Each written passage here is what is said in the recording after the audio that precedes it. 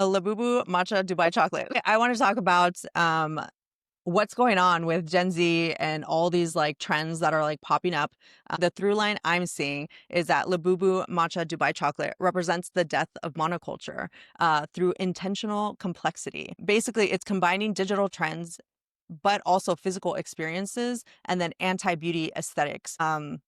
And that success is measured by confusion that's caused, and then the effort to acquire the knowledge of what all these things mean and how they're connected. And I think it represents Gen Z's rebellion against millennial perfectionism with like Instagram. So the Labubus are, these ugly little dolls that have gone wild these past, couple years. They're cute but demonic, expensive, but distributed through claw machines. You basically have the claw machine and you pull out a random doll and you don't know what you're getting until you open it up.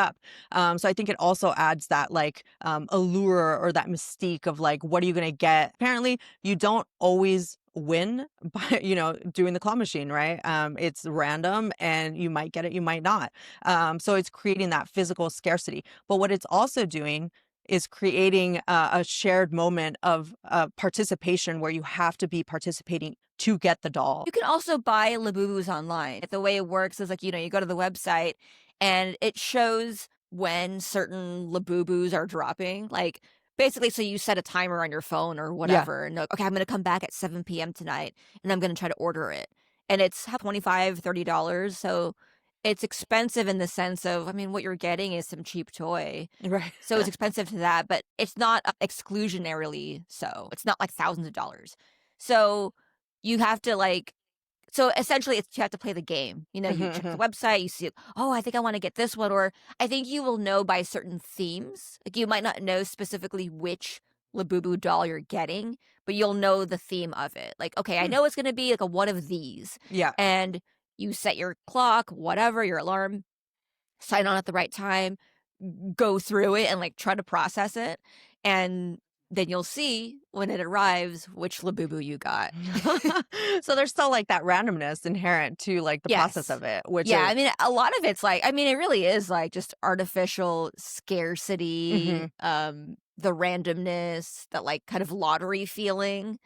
The person who explained it to me was really into it and was also like, I can't believe I'm into this. Yeah.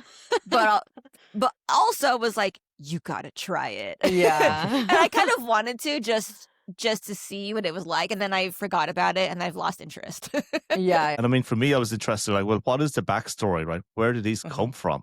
Because okay, like they look cute, but how are these a sensation, right? And I think they tie into the K-pop team. I think Blackpink, one of the band members was Lisa. sharing them on her social media, and it just went crazy.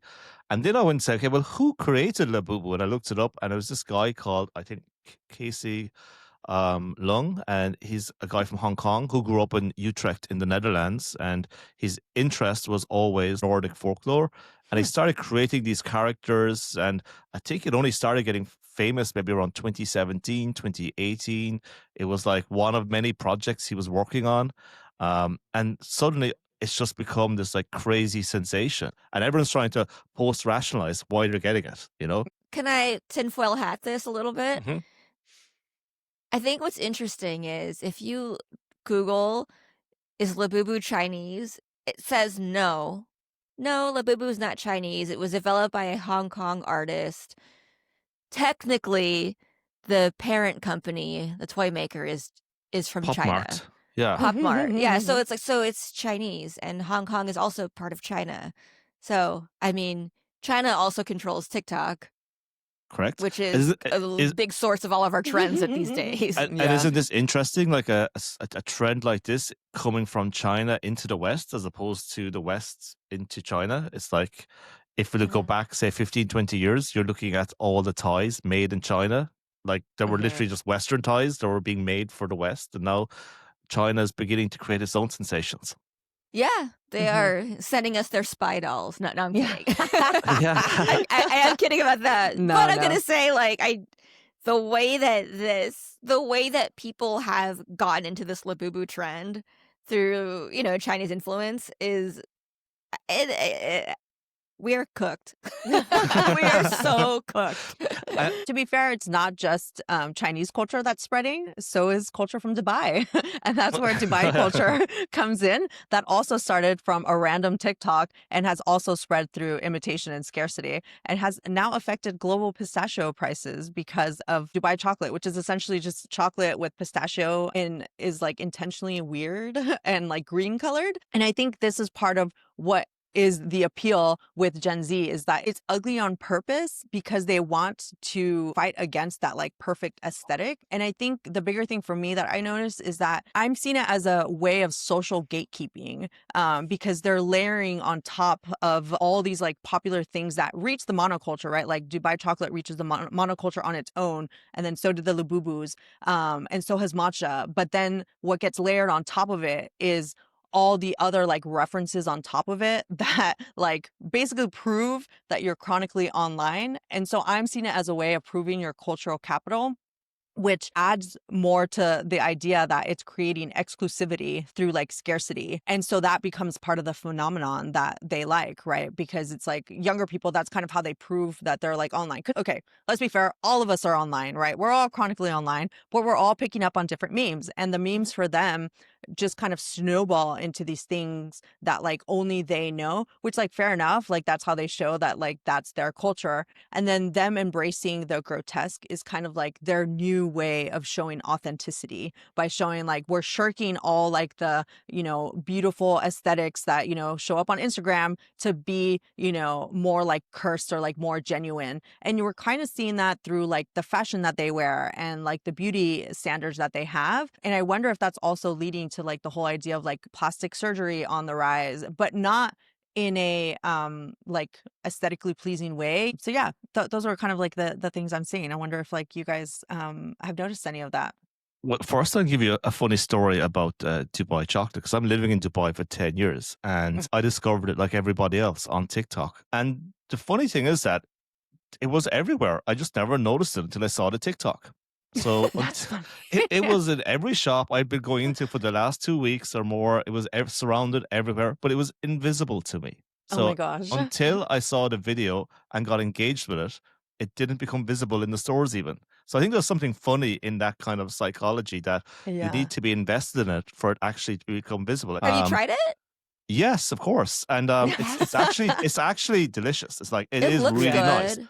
Yeah, well, I would say it tastes better than it looks. And again, I was But looking that's at the part of the back. point. Yeah, yeah, and I was looking at the backstory, and it was kind of comes again from a nostalgia. It was the founder is a British Egyptian lady, I think named Sarah Hamoudi, and Mhm. she was had this cravings when she was pregnant for Mhm. pistachio, knaf, and Chocolate. yeah, chocolate, of course, and I think she just invented it for herself, and it kind of started from Hmm. there, and it took a number of years before it became, say, mainstream.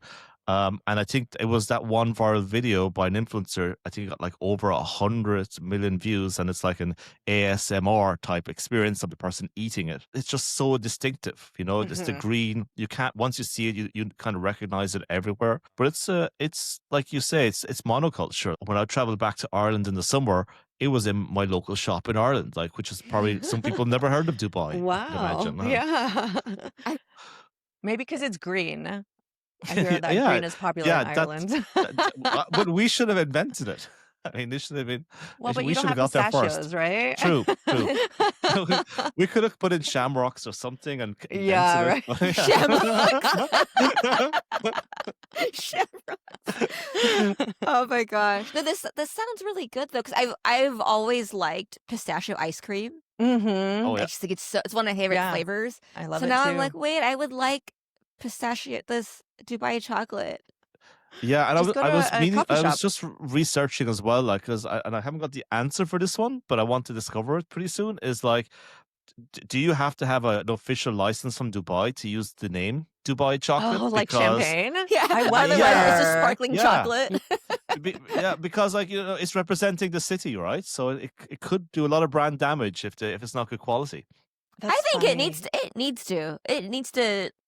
because they can't. It's not How would it right. enforce it though? For certain things, is a brand name in itself, but from a Mhm. trademark, it could maybe Yeah. enforce it that you can only use this as a trademark if you're licensed or That's an interesting idea, but Yeah. I feel like they would want it to spread a little bit more before they start doing that because it yes. hasn't reached like peak, like everybody knows about it.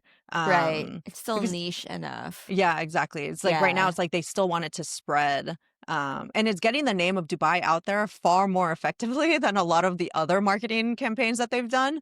Sure. Yeah. Yeah. So Yeah.